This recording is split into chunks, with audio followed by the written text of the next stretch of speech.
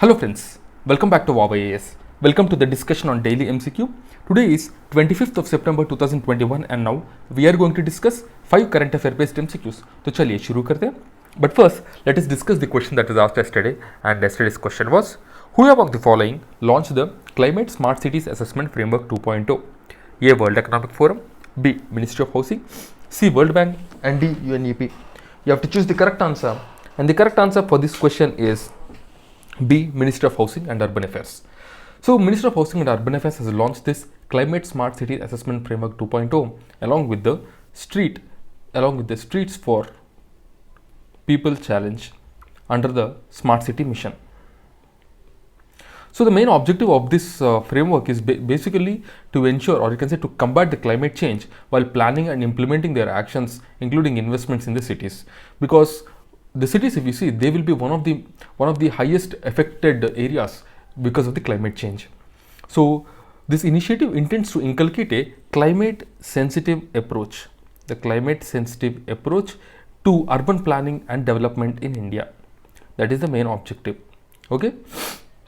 So this is the information about the Climate Smart City Assessment Framework 2.0. Now let's move on. Guys, as you know, daily we upload 5 current affair based MCQs along with their solutions in a PDF format. This PDF is available at free of cost in our Telegram channel. You can download this PDF and ensure that you prepare the current affairs properly. Now let's look at the first question. The first question is, Samudra Shakti is a bilateral exercise between the navies of India and A. Japan, B. Sri Lanka, C. Indonesia, and D. USA. So this bilateral exercise, Samudra Shakti, is an exercise between India and C. Indonesia. Recently, Indian naval ship Shivalik and Kadmat participated in the 3rd edition of the bilateral exercise Samudra Shakti with the Indonesian Navy. The exercise aims to strengthen the bilateral relationship, enhance mutual understanding and interoperability in the maritime operations between the two navies. It provides an appropriate platform to share the best practices and develop a common understanding of the maritime security operations and the situational awareness. In pursuance of India's Act East policy, Exercise Samudra Shakti was conceived in 2018 as a bilateral India-Indonesian exercise. Now let's look at the next question. The second question, Lake Tanganyika. Okay, sorry if I pronounced it wrong. Lake Tanganyika forms the border between which of the following countries?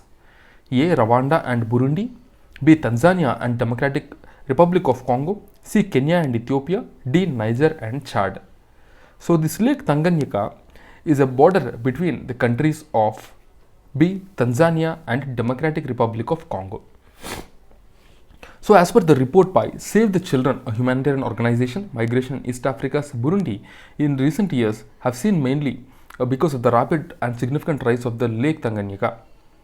It is the second largest lake in Eastern Africa and it covers about 12,700 square miles. It is the longest freshwater lake in the world and second deepest after the Lake Baikal in Russia. This lake is shared among 4 countries: Burundi, Democratic Republic of Congo, Tanzania and Zambia. It is situated on the line dividing the floral regions of Eastern and Western Africa and oil palms, which are characteristic of the flora of the West Africa growing along the lake shores. The largest rivers discharging into the lake are the Malagarsi, the Ruzizi and Kalambo. Its outlet in the Lukaga river which flows into the Lualaba river. Okay, this is the information about this Lake Tanganyika. Now let's look at the third question. The Vishnionix neptuni, sometimes seen in the news, refers to Vishnionix neptuni. A. New found dwarf planet. B. Genus of otter lived in major rivers of southern Asia. C. Cave lion cup found in Siberia's permafrost, and D. ICBM. The Vishnionix neptuni is a B. Genus of otter lived in major rivers of southern Asia. Recently, the fossil of Vishnionix neptuni, that is Neptune's Vishnu species, was found in this Hammerschmidt area, which is a fossil site in Boravia, Germany. The fossil of these now extinct otters were first discovered in the sediments found in the foothills of Himalayas. And this is the first discovery of any member of the Vishnionix genus in Europe. It is also the most northern and western record of it till date. The Vishnionix were mid-sized predators that weighed 10 to 15 kgs. They depended on water and could not travel long distances over land. It travels over 6,000 kilometers to Europe and probably made possible by the geography of 12 million years ago when the Alps were recently formed. The Alps and the Iranian Elbrus Mountains were separated by an ocean basin, which would have made it easier for these waters to cross it. Now let's look at the next question, the fourth question. The national motto of India, Satyamev Jayate, inscribed below the emblem of India, is taken from A. Katha Upanishad, B. Chandogya Upanishad, C. Atreya Upanishad, and D. Mundaka Upanishad. It's a previous year CSE question of 2014. And the correct answer is D. Mundaka Upanishad. So the national motto of India, Satyamev Jayate, which is inscribed below the emblem of India, is taken from the Mundaka Upanishad. So the meaning of this is truth alone triumphs, and it is written in the Devanagari script. The Mundaka Upanishad is listed as number 5 in the Mukitaka canon of the 108 Upanishads of Hinduism. This Upanishad is a poetic verses style Upanishad with 64 verses written in the form of mantras. The Katha Upanishad is listed in number 3 in the Muktika canon of 108 Upanishad. It is embedded in the last short 8 sections of the Katha school of the Krishna Yajurveda. The Chandogya Upanishad is a Sanskrit text embedded in the Chandogya Brahmana of the Samveda of Hinduism. It is one of the oldest Upanishads. It is listed number 9 in the Muktika canon of 108 Upanishads. Atreya Upanishad comprises of the 4th, 5th and the 6th chapters of the second book of Atreya Aranyaka. Now let's look at the 5th question. Who of the following founded a new city on the south bank of tributary to river Krishna and undertook to rule his new kingdom as the agent of a deity to whom all land south of the river Krishna was supposed to belong? It's a previous year CSE 2015 question. A. Amogvarsha 1, B. Ballala 2, C. Harihara 1 and D. Prataprudra 2. The correct answer is C. Harihara 1, and this description belongs to the great Vijayanagar Empire. Okay, so that's why we have asked this question, because Vijayanagar Empire is very important from the prelims point of view as well.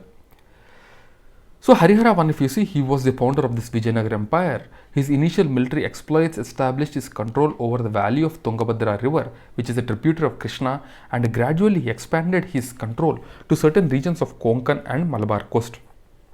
The death of the last ruler of Madurai, Veeraballala III, and a vacuum facilitated by Harihara I to emerge as a sovereign power. The entire Hoysala territories came under his rule directly. And read more about this Vijayanagar Empire, because every year we are witnessing questions in the prelims from this Vijayanagar Empire. Okay. Now let's look at the question of the day. And the question of the day is, consider the following statements about Great Indian Bustard. A. This was the first statement. It is a state animal of Rajasthan. Second one, it is critically endangered as per the IUCN. Third one, it is under section 1 of the Wildlife Protection Act of 1972. You have to choose the correct option. A 1 only, B 1 and 2 only, C 1 and 3, and D 1, 2 and 3. Do give your answer in the comment box, and tomorrow we will discuss this question. And guys, as you know, we provide summary for Vision Prelims Test Series, Vision Mains Test Series, Vision Monthly Magazine and Vision PT 365. You can check the quality of these summaries from our Telegram channel. The Telegram channel details are there in the description. Also, if you have any queries, you can ask us directly from the Telegram or even in the comments as well. Okay, do make the best use of this initiative, as prelims is just 2 weeks away. So that's it guys from my side. I'll see you again tomorrow with 5 more MCQs. Till then, keep studying and stay tuned. Jai Hind.